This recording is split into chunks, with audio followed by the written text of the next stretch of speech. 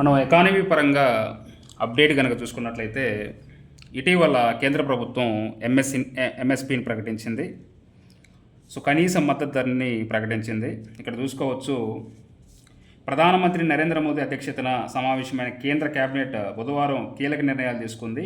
వరి ధాన్యానికి కనీస మద్దతు ధర ఎంఎస్పిని 5.35% పెంచింది. 2024-25 ఖరీఫ్ మార్కెటింగ్ సీజన్లో 14 పంటలకి కనీస మద్దతు ధర పెంపొందించడం జరిగింది.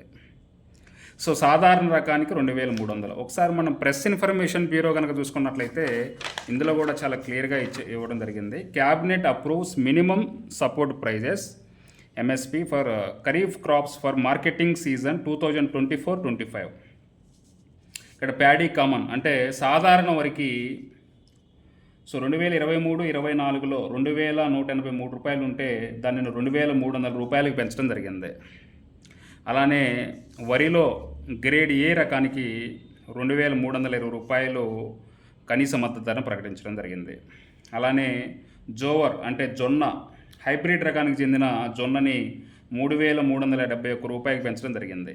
అలానే జోవర్లో మాల్దండి అనే రకానికి చెందిన జొన్నలో 3421 రూపాయలకి కనీస మద్దతు ధరని ప్రకటించడం జరిగింది. అసలు కనీస మద్దతు ధర అంటే ఏంటి, కనీస మద్దతు ధరని ఎలా ప్రకటిస్తారు ఏంటి అనేది ఒకసారి చూద్దాం మనం. సో చూడండి ఒకసారి, కనీస మద్దతు ధర అనేది ప్రభుత్వం రైతుల నుండి పంటలను కొనుగోలు చేసే ధర. ఇది ఫస్ట్ మనం తెలుసుకోవాలి. సో ప్రభుత్వం కనీస మద్దతు ధరని ఎప్పుడు ప్రకటిస్తుంది?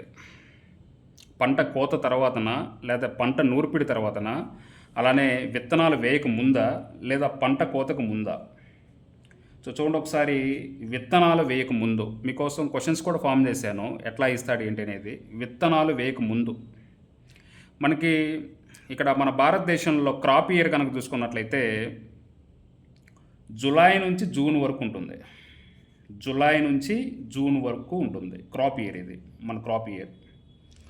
అయితే విత్తనాలు వేయక ముందే ప్రకటిస్తారనమాట. అంటే జూలై నుంచి ప్రారంభం అవుతుంది కదా క్రాప్ ఇయర్, అందుకనే సో సామాన్యంగా జూన్ నెలలోనే ప్రకటిస్తూ ఉంటుంటారు. అందుకనే జూన్ 19వ తారీఖున ఎంఎస్పిని ప్రకటించడం జరిగింది. సో అదనమాట.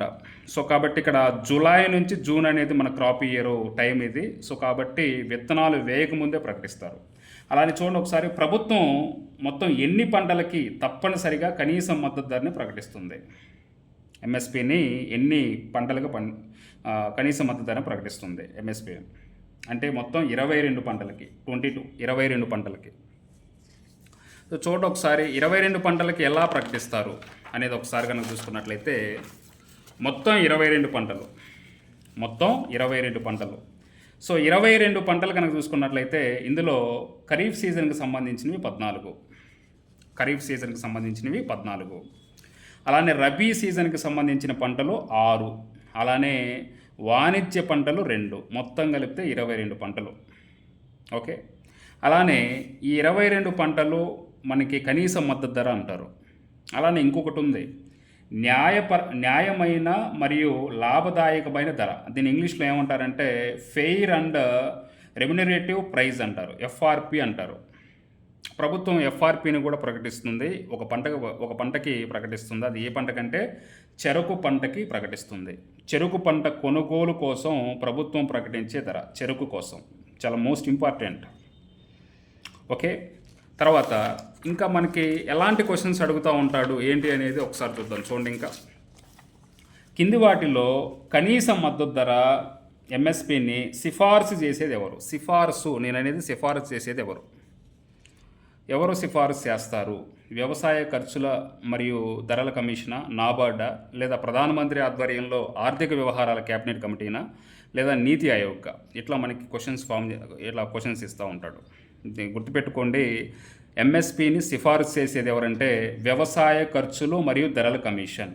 దీన్నే వ్యవసాయ ఖర్చులు ధరల కమిషన్నే సిఏసిపి అంటారు. ఓకేనా, ఇది చూడండి ఒకసారి, ఇక్కడ ఉంది commission for agriculture costs and prices. Commission for agriculture cost and price. ఇది వెబ్సైట్ ఉంటుంది, మీరు కూడా వెబ్సైట్ మీరు చూస్తే ఆ వెబ్సైట్లోనే ఆ 22 క్రాప్స్ ఏ ఉంటాయో మనం మనం ఆ లిస్ట్ చూడొచ్చు అనమాట. 22 కనీస మద్దతు ధర 22 పంటలకు ప్రకటిస్తారు కదా, సో ఆ 22 చూడొచ్చు. అలానే ఖరీఫ్లో 14 పంటలు ఏమున్నది ఆ లిస్ట్ చూడొచ్చు. అలానే రబీ సీజన్లో 6 పంటలు ఏందో చూడొచ్చు. అలానే వాణిజ్య పంటలు ఆ రెండేదో చూడొచ్చు. అలానే మనకి ఇంతకుముందు మనం చెప్పుకున్నట్టు ఎఫ్ఆర్పి చెరుకు పంటకి ఏ విధంగా ఇస్తుంది అనేది కూడా చూడొచ్చు.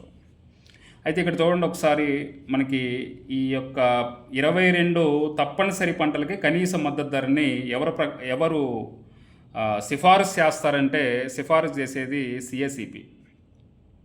అలానే చెరుకు కోసం న్యాయమైన మరియు లాభదాయకమైన ధర ఎఫ్ఆర్పిని కూడా సిఫారసు చేస్తుంది. అంటే 22 క్రాప్స్కి 22 పంటలకి కనీస మద్దతు ధర, అలానే చెరకు పంటకి ఎఫ్ఆర్పిని ప్రకటించేది ఎవరంటే సిఏసిపి, వ్యవసాయ ఖర్చులు అండ్ ధరల కమిషన్. ఇది యాక్చువల్గా ministry of agriculture and farmers welfare, government of India ఈ యొక్క మంత్రిత్వ శాఖ కింద పనిచేస్తుంది అన్నమాట ఇది సిఏసిపి అనేది. అలానే నెక్స్ట్ మరి అలానే ఇంకో ప్రశ్న అడుగుతాడు, ఎట్లా? ఈ క్రింది వాటిలో కనీస మద్దతు ధరని ఎంఎస్పిని ఆమోదం తెలిపేది ఎవరు? సిఫారసు చేసేది మనం అంతకుముందు వ్యవసాయ ఖర్చులు మరియు ధరల కమిషన్ అనుకున్నాం. మరి దాని ఆమోదం తెలిపేది ఎవరు? దాని ఆమోదం తెలిపేది చూడండి ఒకసారి, ఇలానే 4 ఆప్షన్స్ ఇస్తే మనం పెట్టేది ప్రధానమంత్రి ఆధ్వర్యంలోని ఆర్థిక వ్యవహారాల క్యాబినెట్ కమిటీ. ప్రధానమంత్రి ఆధ్వర్యంలోని ఆర్థిక వ్యవహారాల క్యాబినెట్ కమిటీ. మనకి పేపర్లో అదే కదా పడింది ఇక్కడ ప్రధానమంత్రి నరేంద్ర మోదీ అధ్యక్షతన సమావేశమైన కేంద్ర క్యాబినెట్ బుధవారం కీలక నిర్ణయాలు తీసుకుందనేది కదా. సో కాబట్టి ఆమోదం తెలిపేది ఇది. వ్యవసాయ ఖర్చులు అలానే ధరల కమిషన్ సిఏసిపి కనీస మద్దతు ధరను నిర్ణయించే ఫార్ములా పద్ధతి ఏంటి, ఎట్లా నిర్ణయిస్తారు అనేది ఒకసారి కనుక చూసుకున్నట్లయితే, మనకి ఎంఎస్ స్వామినాథన్ గారు చేసిన సిఫార్సులకు అనుగుణంగా వీళ్ళు వ్యవసాయ ఉత్పత్తి వ్యయానికి 50% కలిపి 50% కలిపి మద్దతు ధరను ప్రకటిస్తారు. మనకి ఎగ్జామ్లో 50% అని చెప్పేసి అంటాడు, లేదా 1.5 రెట్లైనా అంటాడు. ఈ రెండిట్లో ఏదో ఒకటి మనకి ఆప్షన్స్లో ఉంటుంది. 1.5 రెట్లైనా 50% అయినా ఉంటుంది. సో ఒకసారి మనం దీన్ని వివరంగా కనుక చూసుకున్నట్లయితే, అసలు వ్యవసాయ ఉత్పత్తి వ్యయం అంటే ఏంటి, వ్యవసాయ ఉత్పత్తి వ్యయాన్ని ఎలా లెక్కిస్తారు అది కూడా చూడాలి కదా. సో కాబట్టి ఇక్కడ మనం చూసుకున్నట్లయితే చూడండి ఒకసారి, CACP divides cost cultivation into 3 parts. ఎట్లా మనకి ఉత్పత్తి వ్యయాన్ని ఎలా వీళ్ళు లెక్కిస్తారు అంటే A2 అలానే A2 + FL అలానే C2 ఇట్లా మనకి 3 రకాలుగా విభజించి లెక్కిస్తారు. A2 అంటే ఏంటి అంటే సామాన్యంగా రైతులు మరి విత్తనాలు కొనడానికి, ఎరువులు కొనడానికి, అలానే మరి కూలీల కోసము చేసే ఖర్చు, అలానే జంతువులు ఏమైనా ఎద్దులు కానీ ఆవులు కానీ ఉపయోగిస్తే వాటి కోసం చేసే ఖర్చు, అలానే యంత్రాలు వాడితే ఖర్చు, అలానే నీటిపారుదల కోసం వాడితే ఛార్జీలు, ఇలా అన్నీ కూడా A2 కింద వస్తాయి. అలానే A2 + FL అంటే ఏంటి అంటే, A2 + FL అంటే ఇప్పుడు సామాన్యంగా ఒక రైతు మాత్రమే చేయడు కదా, వాళ్ళ ఇంట్లో వాళ్ళు ఎంతమంది ఉంటే వాళ్ళు కూడా మరి ఆ వ్యవసాయ క్షేత్రంలోకి వెళ్ళి చేస్తూ ఉంటారు. మరి వారికి సంబంధించిన ఆ కూలీ ఛార్జ్ అనేది మరి వాళ్ళకు కూడా పడుతుంది కదా. సో కాబట్టి సొంత కుటుంబ సభ్యులు ఎవరైతే ఉన్నారో వాళ్ళు వ్యవసాయ రంగంలో పనిచేస్తే, ఆ యొక్క వ్యవసాయ క్షేత్రంలో పనిచేస్తే మరి వారికి కూడా మరి ఉపాధి ఖర్చు అనేది వేయాలి కదా అందులో. సో కాబట్టి అది కూడా ఉంటుంది. అలానే C2 అంటే ఏంటి, ఇక్కడ మనకి ల్యాండ్ ఉంటుంది, ఓన్ ల్యాండ్ ఉంటుంది అనుకోండి. ఓన్ ల్యాండ్ ఉంటే దాని మీద బాటకం వేస్తారు. మరి ఆ బాటకపు ఖర్చులు కానీ, లేకపోతే మనకి సొంత ల్యాండ్ లేకపోతే మరి ఏదైనా ఒక కౌలుకు తీసుకుంటాం 1 ఎకరా, మరి కౌలుకు తీసుకునే ఖర్చు కూడా ఇందులోనే వేయాలి కదా. సో కాబట్టి వ్యవసాయ ఉత్పత్తి వ్యయాన్ని మనకి ఎట్లా లెక్కిస్తారనమాట, A2 + FL + C2 ఇట్లా లెక్కిస్తారు. ఓకే, మనకి దీని మీద లాస్ట్ ఇయర్ 2023లో సివిల్స్లో ప్రశ్న కూడా వచ్చింది. సివిల్స్లో చూడండి ఒకసారి, సివిల్స్లో ఎలాంటి ప్రశ్న ఇచ్చారో ఏంటో చూద్దాం ఒకసారి.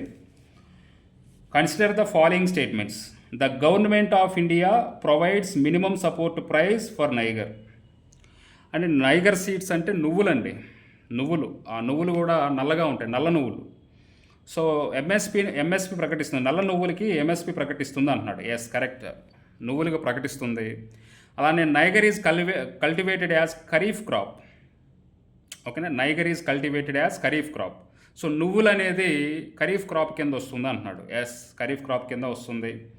అలానే some tribal people in India use niger seeds oil for cooking. అంటే కొన్ని ట్రైబల్ పీపుల్ ఎవరైతే ఉన్నారో మరి వాళ్ళు సో ఈ నువ్వులని కుకింగ్ కోసం ఉపయోగిస్తారు అని అంటున్నాడు. ఎస్, ఉపయోగిస్తున్నారు. కాబట్టి ఆల్ ఆఫ్ ద త్రీ అంటే మూడు స్టేట్మెంట్లు కూడా కరెక్టే.